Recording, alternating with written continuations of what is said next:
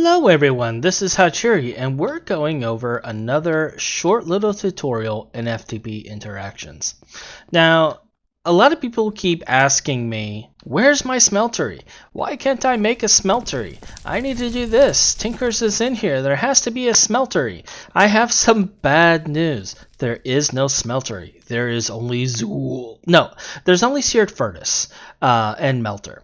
And basically, it's built similar, but there are some differences. A lot of people have been having trouble building the Seared Furnace. So what we're going to do is we're going to actually set up a Seared Furnace right here, right now, for everyone to see.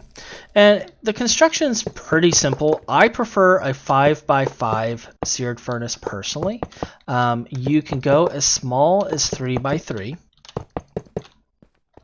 And one thing I'm going to point out on it is that the Seared Furnace has to be a cube. It's not like the smeltery where you can just leave the corners out. You can't do that in this one. From what I've seen, I could very well be wrong, but from what I've seen, you can't leave the corners out on this multi-block. However,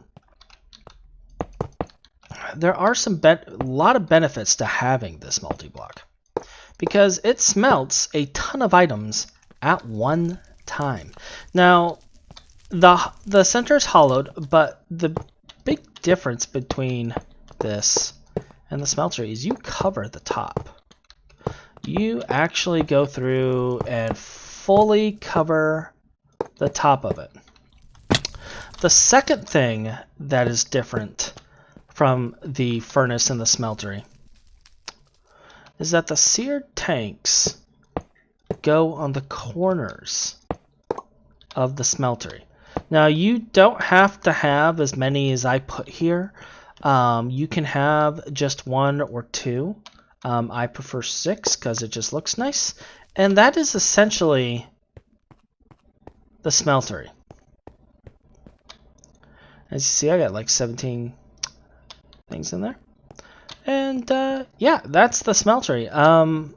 I don't know if it's automatable yet. I have not tried. I will look into that in another tutorial. But that is I keep saying smeltery. That is the furnace. And the GUI is very similar to the smeltery with the exception of the fact that it can do multiple items at once. And you don't get liquid or whatever, you just get some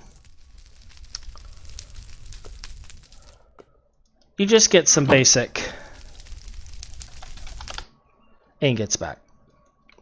So like it does a max stack of 16, but what really matters isn't so much the stack in the thing, but the output, because the output cannot be more than 16.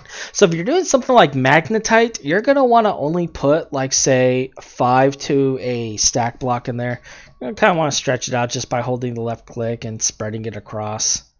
And when you do that, it smelts them all at once. Like I said, you can have more than one to a stack. I just spread it out all at once because it was easier that way.